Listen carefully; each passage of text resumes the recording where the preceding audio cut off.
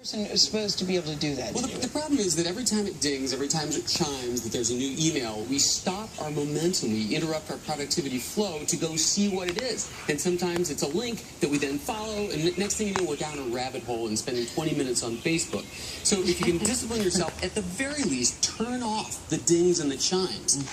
Agree with yourself to check it, morning, after lunch, and at the end of the day. If you can do that, you gain so much time every day. And if you can't do that, you say the more emails you send, the more you get. That's true. Email begets email. So one thing you can do is start preemptively ending email chains. Don't say, when's good for you to meet? Say, here are my times, Tuesday, Wednesday, or Thursday afternoons, name it. And then the conversation's over, right? Or say, I assume I can get you the proposal Friday.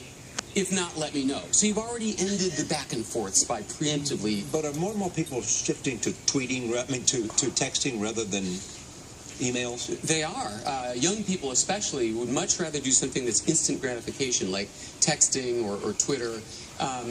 It's interesting because I recently heard from a Microsoft hiring guy that they're seeing college applications from recent college grads to Microsoft that are leaving two fields empty. The home phone number, of course, because who has those anymore, and the email address. Right. There are people now who don't have email addresses. God bless them. Or they don't leave them because they don't want all the spam. And you actually know of some apps that help you filter that out. That is true. So there's really two kinds of spam. There's the stuff that comes to you advertising herbal Viagra, and, there's no return address. And there's not much you can do about that except install, Spam Cop or an anti-spam program. But there's this whole layer of legitimate businesses. Your email box probably filled with dozens of these from LinkedIn and online flowers and Groupons. And there's a really cool service called Unroll.me where you can go, you feed it your email address, and it will show you a complete list of all those subscriptions that you've managed to acquire, whether you signed up for them or they signed you up.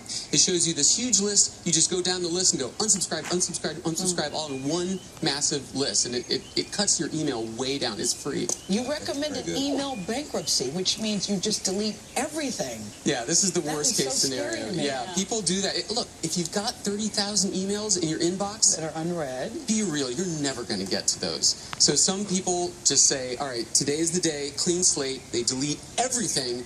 The assumption is if anything was really important, somebody will write you back. Yeah. But it's become de facto record keeping. I know I do that. It is true. I'll search for this later. I leave it in there. Yeah, it's the story of our lives. What's now. your top tip, David? What's your top one? You know what? I like to rely on software to help with this. One thing I love to do is use typing expanders. This is built into the Mac and the iPhone. There's a program for Windows and Android called Phrase Express. And basically, it lets you set up abbreviations for things you type commonly, like got it, yes, or much appreciated, or thank you so much. I just type TY. It types out thank you so much. So you can save so much typing, common phrases in your business, like thank you for your adoring fan mail. Charlie, you get a lot of those. Because then we got to know your code. Charlie said, yes, I do. No, I did not say that. I did not.